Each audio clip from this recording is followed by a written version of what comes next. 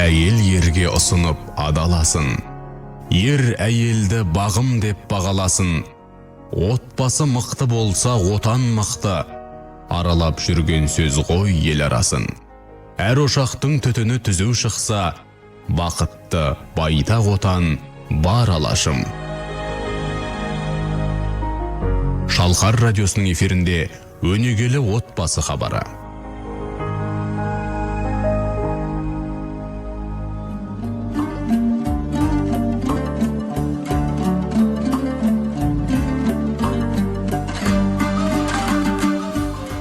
Ұлттық радио тыңдаушыларына қайырлы күн дейміз. Ардақтағы ағайын, эфирде өнегелі отбасы хабары.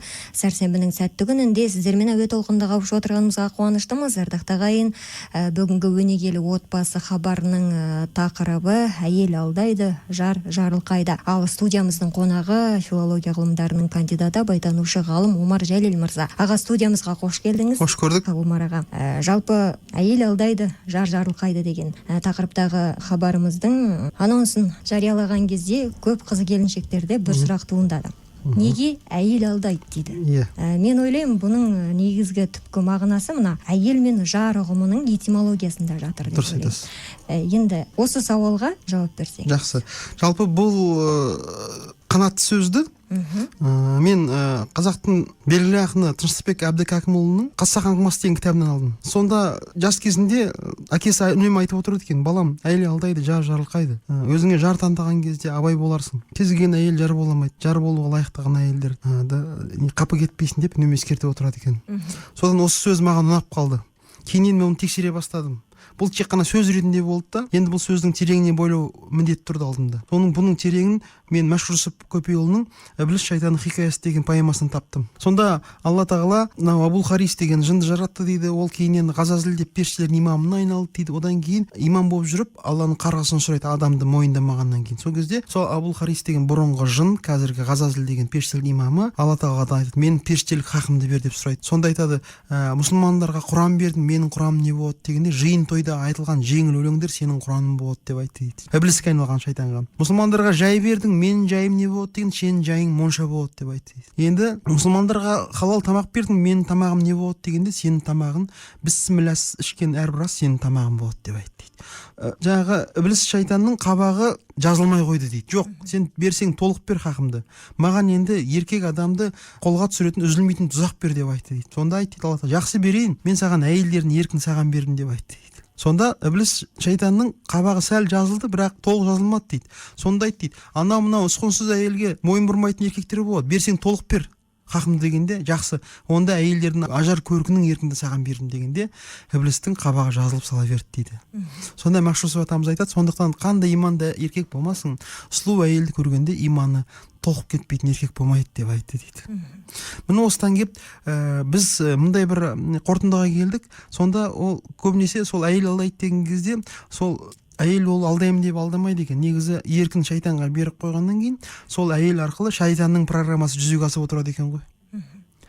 Бұны енді күнделікті өмірде де көріп жүрміз. Қазіргі кезде көптеген қазақтың мақал мәтелдерінде бәрінде осы мәселелер үнемі ескертіліп отыр. Сондықтан бұл әйелдердің бәрі алдайды деген сөз емес. Бұны тікелей ұқпау керек, үстіртін ұқпау керек. Өйткені екінші ұғым жар деген ұғым бар. Жар деген сөз парсы тілінен алғанда яр дейді, дос. Сол әйелдердің ішінде дос бола білетін әйелдер бар екен. Олар алдамайды.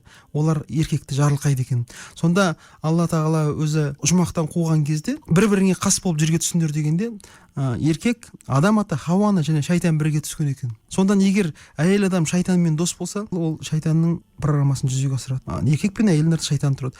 Егер керісінше әйел адам еркегін мойындаса, еріне тәслим болса, яғни еріне кәдімгідей қызмет қылып, ерін сыйлап, шайтанның шәрінен аман қалып, ол жарға айналады екен.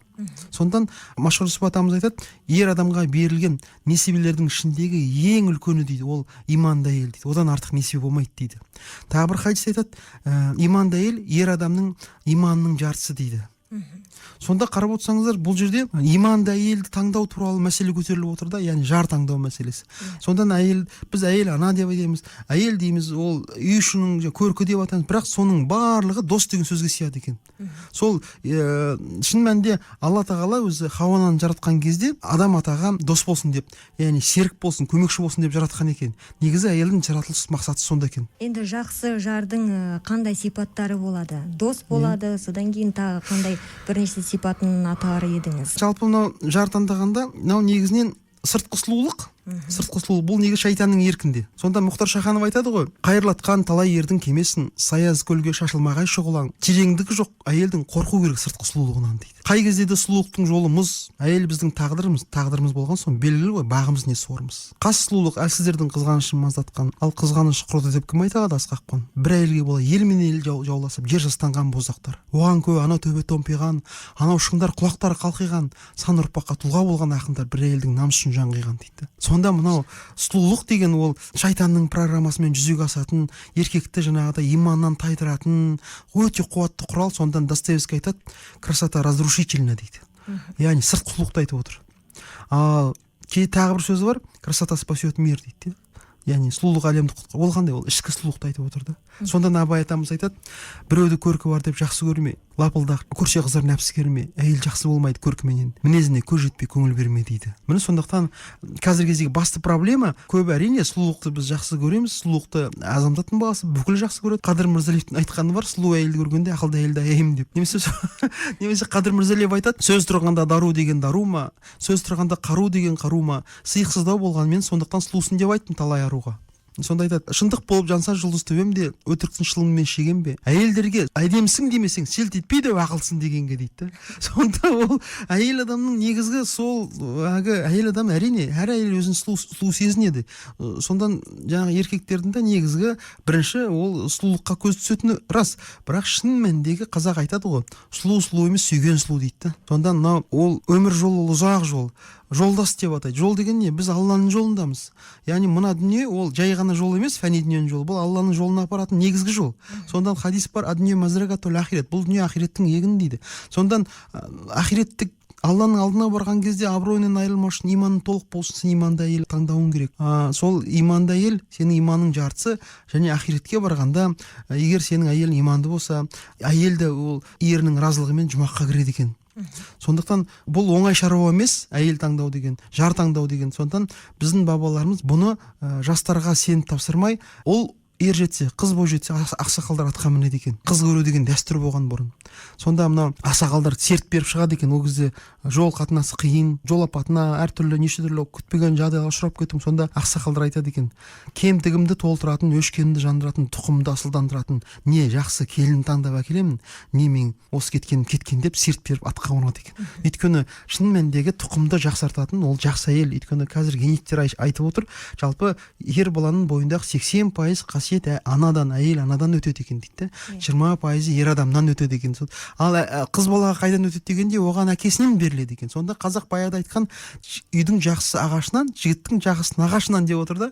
Сондан осы мәселеде өте біздің бабаларымыз атқа мініп кәдімгі үлкен жұмыс ретінде қараған. Өкінішке қарай қазір біздің қоғамда бұны бір арбаның 5-ші дөңгелегі сияқты қарайтын болды. Өзінен өзі бола салатын бір немқұрайды қарайтын болды. Жастар өзі біледі деп жаңағы, яғни бұрынғы қазақтың дәстүрлі ата-бабаның жолынан біздің қазіргі ата-аналар бас тартып отыр. Неге? Ол ержеткен ұлға қыз таңдауды олардың өздеріне беріп қойды. Ал нәпсісі қайнап тұрған, қаны қайнап тұрған жас адам әлбетте ол бірден мінезі жақсы қызды таңдап алу неғайбыл да. Содан бұндай күрделі өте, яғни ер адамның шын мәніндегі өміріне өте маңызды мәселені сол ата-бабаларының жолымен сол көкірек көзі ашық және өте мықты мамандар, эксперттер таңдаса деп ойлаймын мен өзім. Сонда қазіргі кездегі мынау шаңырақ шайқалып ажырасулар аз болар ма деп ойлаймын. Жар таңдаудың жалпы заманауи формалары. Жалпы қазіргі кезде көбінесе жастарға біз беріп қойдық осы жар таңдау мәселесін. Жастарға бердік. Шын мәнінде бұл мәселе өзінің өміршең еместігін дәлелдеп жатыр. Үш некенің екеуі ажырасу дейді. Бұл біз қоғам үшін бұл катастрофа негізінде. Бұл проблеманың алдын алуға болмаса шешуге бола ма? Болады, әлбетте болады. Жалпы мынау Алла тағала бізге ақыл берген ғой. Қазақ айтады, Құдай қарғайын деген адамның ақылын алады дейді. Сонда көп жастар ойлайды, бұл махаббат дегеніміз ол тек қана құмар, ол сезімнің мәселесі деп те қатты қателеседі. Негізі сезім бар жерде ол махаббат жоқ, сезім бар жерде құмарлық қана бар. Ал құмарлық тояттаған мезетте, қанағаттанған мезетте ол өзінің өліп өшкен нысаннан айнып шыға келеді. Сонда қазір жастардың я тебя уже не люблю дейтін сол. Сөз бе? Менен сені сүймейтін болдым. Ал шынында ол әуелден сүймеген, сөз бе? Ол онда тек қана құмарлық болған. Сондықтан ол Абай айтады, махаббат ол ақылдың ісі дейді. Ақылмен танып барып, Қыз жібек жырында керемет айтады, қыз жібекті төлеген көреді, ақылы оның тояды дейді. Ал қазіргі кездегі жар таңдауда ақыл тойып жатқан ештеңе жоқ, көз тойып жатыр да. Қараса көз тояды дейді, болды. Ал көз тойғаннан кейін жиіркеніп шыға келеді. Нәпсі қанағаттан кейін жиіркеніп шыға келеді.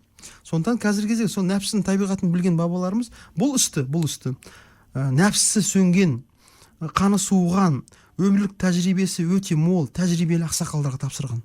Олар бір көргеннен айтады екен, мына бала жақсы келін болады. Мына бала біздің текті ұрпақ сыйлайды бізге, тұқымымызды жаңартады, тұқымымызды асылдандырады деп ойлайды екен.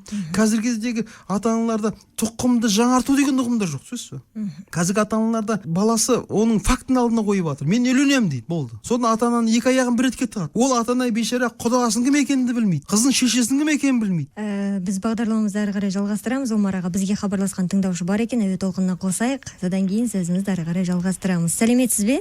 Сіз әуе толқындасыз. Ассалаумағалейкум. Мына жігіттің сұрағы несі өте орынды. Мен бала күнімізде бізді жаңағы үйленетін болған кезде жаңағы кімнің қызы, әй о қызды ама неге жармаған деп жататын еді. Сол сөздің өзі қазір біз енді 53-ке келдік. Мен Созақ өңірінен Шолаққорған селосынан звондап тұрмын. Тамашаға. Сол сөздің өзі қазір енді біз ол кезде жастық болдық қой. Ал енді білмедік. Қазір мына жігіт сөзі өте орынды. Бұл жігітке мен Алланың нұры жаусын. Осы төңіректе өте көп қолдану керек. Осы тақырыпты жиі қолдану керек деп отырмын. Сізге көп рахмет аға хабарласқаныңызға. Келесі тыңдаушы бар екен, қосайық. Алло, сәлеметсіз бе? Амансыздар. Мен мына хабарда балаға сұрағым бар еді әкем. Таңдауда ата-анасы қарау керек еді. Мен Шығыс Қазақстаннан хабарластым. Таңдауда өзіміздің басымыздан өткен таңдап әкелген келініміз қазір бір нәрсе қисайып бетімізден ерегесі болады. Сонда қалай болады бұл? Таңдағанымыз дұрыс болмады ма деп ойлаймын. Енді апамыз өсе дұрыс айтып отыр. Шын мәнінде ол таңдайтын адам ол шын мәнінде эксперт болу керек та. Мынау қазақта бір сөз бар, ер қадірін ер біледі, зер қадірін зергер біледі дейді. Сонда ер деп қазақ рухты айтады екен. Яғни өзінің рухани көз ашық адам ғана рухани көз ашық қызды таңдай алады да. Сонда оны таңдаған кезде көрінген адамды апармау керек. Бұрынғы ақсақал деген кім? Ақсақал дегеніміз көкірек көз ашық. Ол сақал бар адам емес, біз ойлағандай. Ол көз ашық, көкірек ояу, өмірлік тәжірибесі мол, қателеспейтін. Яғни көзі қиядағын шалатын, сөз бе? Ол қиядағын шалатын деген кезде қазақ айтады, ерді кебенек ішінен тану керек дейді.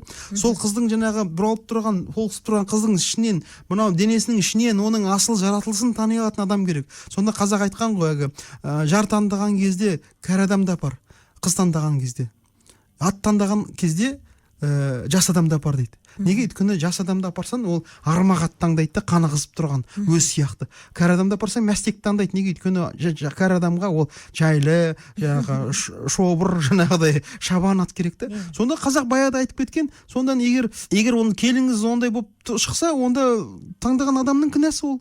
Яғни таңдаған адамыңыздың квалификациясы төмен. Жоғары квалификациясы бар, яғни көз ашық көкірек ойы эксперттерді апару керек қыз таңдаған кезде. Қателеспейтін. Сондан оны қазақ айтады, ақыққа зүбәржат орнатқандай дейді. Сонда ақыққа зүбәржат орнатқан кезде ғана шын мәніндегі көз ашық көкірек ойы бала дүниеге келеді екен, данышпан бала дүниеге келеді екен. Жалпы қазіргі кезде бірінші орынға ұрпақты қою керек. Біз қазіргі кезде алма ағашын өсірген кезде бірінші орынға алманы ағашын қоймаймыз, ол әдемі ме деп. Алма ағашы қандай жеміс береді? Мәселе сонда ғой. Қазір біз оны ұмытып кеттік, біз жемісті. Әйтеуір үйленсе болды дейміз де, оның арты шәкәрім айтады ғой, біз ықтималға саламыз дейді. Бәлкім дұрыс болып кетер деп. Олай болмайды. Өйткені ақыл сол үшін бізге берген. Ақыл деген не? Мынау көздің көргені, құлақтың естігені, ол ақылдың жетпеген жеріне көз де бара алмайды, құлақ та бара алмайды. Міне сол ақылмен тану керек. Сонда Абай атамыз айтады, махаббат деген ол ақылдың ісі, ол көрінген жылтырақты сүйе бермейді дейді. Жар таңдау, отанды сүю, ол құмарлықтан емес дейді, ол ақылдан дейді. Бізге хабарласқан тағы бір тыңдаушы бар. Омар аға, кешірім сұраймын, бізге үздіксіз хабарласып жатыр. Сондықтан тыңдарманға да кезек берейік. Сәлеметсіз бе? Саламатсыз ба? Тыңдап отырмыз аға. Мен Бақыт Астанадан боламын. Осы радиодан кілмәші көлікте жүргенде тыңдап отырамыз. Өте жақсы әңгімелер айтады. Сондықтан да мына жастарға мен де жүрген жерінде айтып жүрем. Қазіргі жастар көбінесе кездесіп жатады, өзіне үлкен қыз балаларға үйленіп жатады. 3 жас, 2 жас. Оған қандай осыны айтатын насихатыңыз бар деп соны айтайын деп едім. Жақсы, сізге көп рахмет хабарласқаныңызға. Жалпы өзіне жасы үлкен жарды таңдау мәселесі. Бөлтірік шешен айтады. Кәрілік келгенде дейді, басында ақыл толмаған жасталма дейді. Жастық келгенде бетінде әрі қалмаған кәрін алма дейді. Сондан негізінен көбінесе қазіргі кезде осы мәселелерді ескермейді, шын мәнінде тең-теңмен, тезек қабымен дейді. Ойнасаң жаспен ойна дейді, өзі тең құрымен ойна дейді. Жалпы қазақта адамдар өздері сол жас ерекшеліктері тең болғаны немесе ер адамның үлкен болғаны жақсы негізінен. Өйткені ер адам әйел адамның қамқоршысы. Осы дүниеде ғана емес, ақиретте де жауап береді. Сондан ол қазіргі кездегі жас адам ол керісінше жаңағы үлкен әйелдің ол қамқоршысы емес, ол баласына айналып кетеді. Ал негізінен үлкен әйелге үйленуінің тағы бір себебі ер жігіттің жігіттік тәрбие алмауында деп ойлаймын. Өйткені ер жігіт ешқашанда өзінен жаңа үлкен әйелге үйленбеуге тырысады. Неге? Өйткені ол керісінше біреуге қамқор болуға, өзіне жаңағыдай жауапкершілік алуға ұмтылады негізі. Нағыз тәрбие алған жігіт. Сондан ал үнемі әйелдің тәрбиесін көрген, үнемі әйелдің қамқорлығында жүрген еркек тағы да бір әйелдің қамқорлығын өтіп кетеді. Сондан бұл жерде мен өзім ойлаймын, еркек адам ол 3 жас, 4 жас, 5 жас, тіпті 6 жас үлкен болу керек. Жаңағы көргені көп болу керек. Өйткені әйел адамға еркек адам қамқор аға ретінде, әке ретінде және кешіріммен қарау керек. Неге? Өйткені әйел адам дүниеге жақын болады, нәпсісі күшті болады, қателеспей тұрмайды. Сол кезде түзетіп отыру үшін еркек өте мықты, парасатты болу керек. Сондан бөлтірік шешен айтады ғой, ұрғашын білген білмесе еркек болып не керек дейді. Яғни ол ұрғашының білгенін біліп отыру керек. Яғни алдын орап отыру керек. 10 есе орап отыру керек. Интеллектуалды жағынан, рухани жағынан, физикалық жағынан, үш жағынан да еркек адам ол әйелден мықты болу керек. Сонда әйел оның соңынан ереді. Және соған тәңірдей көріп, соған тәслим болады. Кейбір жігіттер, қыздар айтады, бітті, осы жігіт басқа адам жоқ. Ол нәпсінің адамның көзін байлайтыны. Нәпсі негізі адамды күңгірт қылып тастайды адамды. Жоқ, басқа аспан құлап кеткендей болады. Ал ақыл ол қашанда сені жарыққа жетелейді. Сондан ақылға ерсеңіздер, Құдайға шүкір, сізге лайықты қыз да, жігіт те көп. Мәселе жігітте де, қызда емес. Кейбір жігіттер айтады, қыз жоқ дейді да, мысалы. Қыздар айтады, жігіт жоқ дейді. Ондай емес. Жігіт те бар, қыз да бар. Қыздың санасы дайын емес. Жігіттің санасы дайын емес. Сондан санасы дайын болмағаннан кейін жоқ болып көрінетін сол. Омар аға, жалпы бізді тыңдап отырған қаншама қыз келіншектер бар. Енді біз қалай жақсы жар боламыз, ерді қалай жарылқай аламыз деген сияқты сауалдары туындап жатуы мүмкін ғой. Осы сауалға жауап берейікші. Негізі біздің темірқазымыз Абай ғой. Абай не дейді? Абай айтады, көп жүрмес жеңсік қойлық әлақ тозар, жаңғырар жеңсік құмарратқа қозар. Күнде көрген бір беттен көңіл қайтар, бәрінен де қылықты тамыр шозар. Жүрісін жүрегінің хатша таныр, бүркөткізбес қалайша соқса тамыр. Бір жан жар үшін пида қылып, білместігін бар болса қылар сабыр. Ақыл керек, ес керек, мінез керек, ер ұялар іс қылмас қатын зерек. Салақ, олақ, ойнашшы керім кербес, бұл қызылдан шығады білсең керек дейді. Сонда Абай айтып отыр, жақсы жар ол қылықты дейді, қылықты тамыршы дейді. Яғни қылықты тамыршы дегеніміз ол адамна еркектің, қазақ айтады ғой, жаман жар қандай, жаман әйел. Ол айтпасаң білмейді, айдамасаң жүрмейді. Ал жақсы жар ол көзбен көріп, көкірегімен шешіп отырады. Ерінің бүкіл ыңғайын біліп отырады. Сонда ол қылықты тамыршы дейді. Өте мықты тамыршылар бар қазіргі кезде. Тамыр бір көткенде 80 түрлі диагноз қояды екен. Бір тамырдың бір көткенінен. Сонда Абай айтып отыр, бүл көткізбес қалайша соқса тамыр дейді да. Ерінің бір ғана емеурінен оның не қалап отырғанын біліп отырады да. Сонда оның жүрегінің кардиограммасын хатша оқиды дейді. Ер не қалап отыр. Құрбандық деген мәселені көтеріп отыр. Негізінен қазіргі кезде эгоизм деген бар. Көп әйелдер өзінің жанын құрбандық еткісі келмейді. Неге? Өйткені мен өзім үшін өмір сүремін. Мен неге өзімнің өмірімді ол бір еркекке құрбан қылуым керек деген жаңағы ойлар пайда болады да. Бұл негізінен нәпсінің ойлары. Өйткені нәпсі ол тәкаппар да. Тәкаппарлық шайтаннан. Ал шын мәнінде бидайдың баратын жер диірмен деп қазақ айтқандай, әйел адам өзінің нәпсісін құрбандыққа шалу арқылы, еріне шексіз берілу арқылы даналық деңгейіне, парасат деңгейіне көтеріледі екен. Сонда Абай айтып отыр, бір жанын жар үшін пида қылып дейді. Білместігің бар болса қылар сабыр. Шын мәнінде Қадыр Мырзали ағамыз айтқан, еркек кемшіліктен жаралған, әйел кешірімнен жаралған. Еркек үнемі қозғалыста болғаннан қателеспей тұрмайды. Сондан әйел адам ол жер сипатты болғаннан кейін, жер текті болғаннан кейін, иә, мықты Шабанбай би айтқан ғой, мықты болсаң жердей бол, бәрін шыдап көтерген. Біздің аналарымыз жер сияқты болған, сөзсіз бе?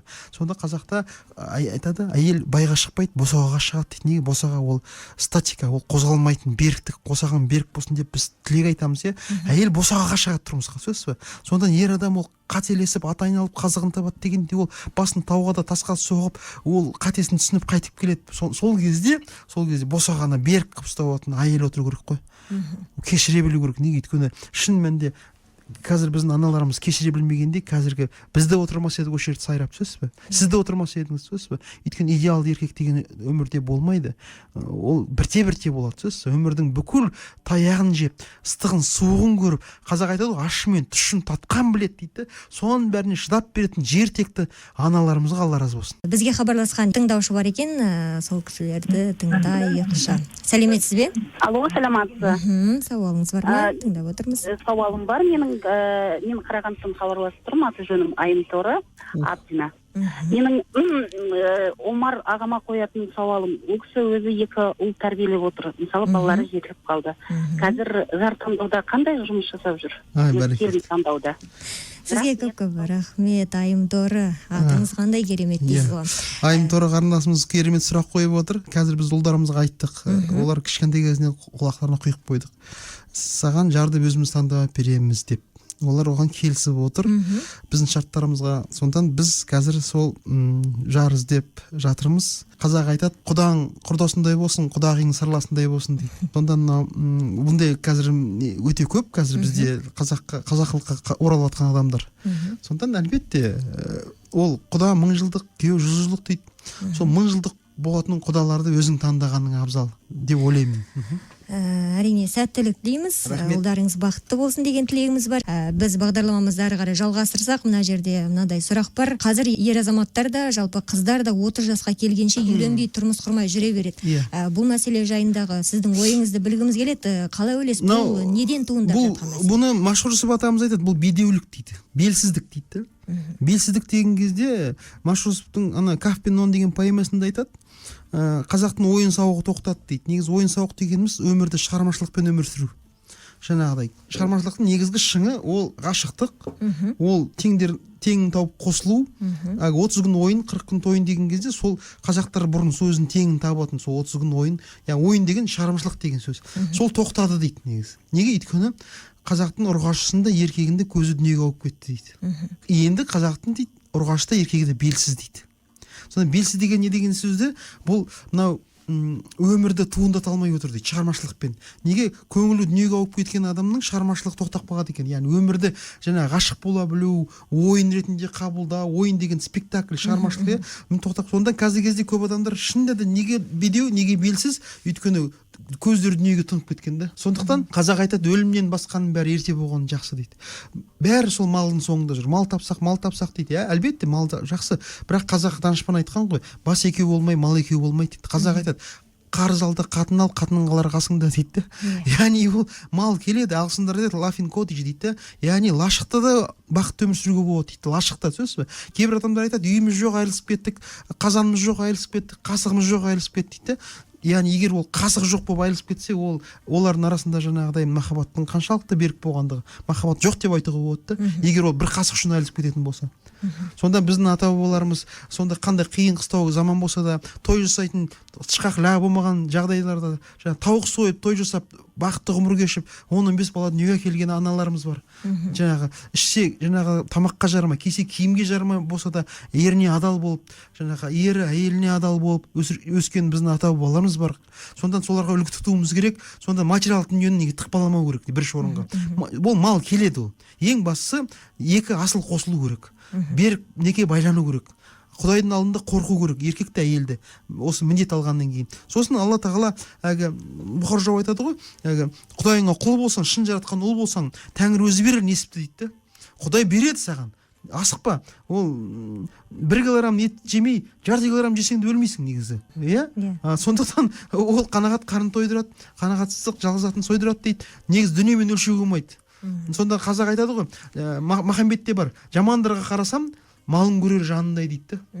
Сонда жамандар, яғни мынау түкке тұрмайтын элита емес адамдар, олар бүкіл малмен өлшейді екен негізінен.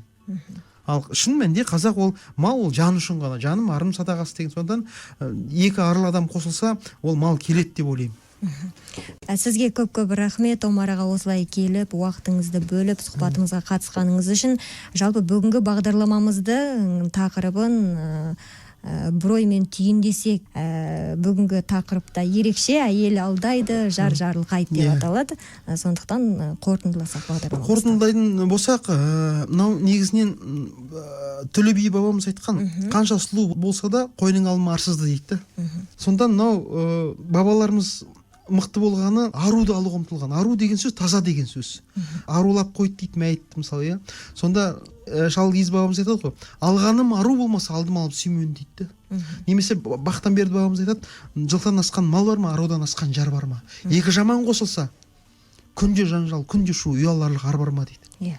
Сондан қазіргі кезде қазақтың сапасын көтеру үшін қазақтың бұрынғы тек қана үздік, тек қана жақсысын, ең үздігін, әйелдің аруын, аттың тұлпарын, жердің шұрайлысын қоныстанған бабаларымыздың дүниетанымын қайта қалпына келтіруіміз керек. Жаңа қалдықты принципті қою керек. Осы да жетеді маған деген. Неге? Өйткені ол өмірге қайшы. Өмір қашанда жоғары және биік тудырып отыру керек. Балаң өзінен асып туу керек. Өмірдің мұраты сол. Бір бала бар, әкеден өте туады дейді. Міне сондықтан Алла тағала сол арулардан ғана өте туатын балаларды тудыруға бізге нәсіп етсін. Айтқаныңыз келсін, Омар аға. Ардақта ағайын, біз бағдарламамызды осымен аяқтаймыз. Бүгінгі студиямыздың қонағы филология ғылымдарының кандидаты, абайтанушы ғалым Омар Жәлел мырза болатын. Дыбысты қадағалап әнмен әрлеген әріптесім Ереке Бұлан Жұмаділұлы, ал микрофон алдында Ботақан Айғызы болатын. Ардақта ағайын, Шалқар ұлттық арнасы әр шаңырақта қосулы болсын. Әр сәрсенбіде әуе толқынында қауышқанша дейміз.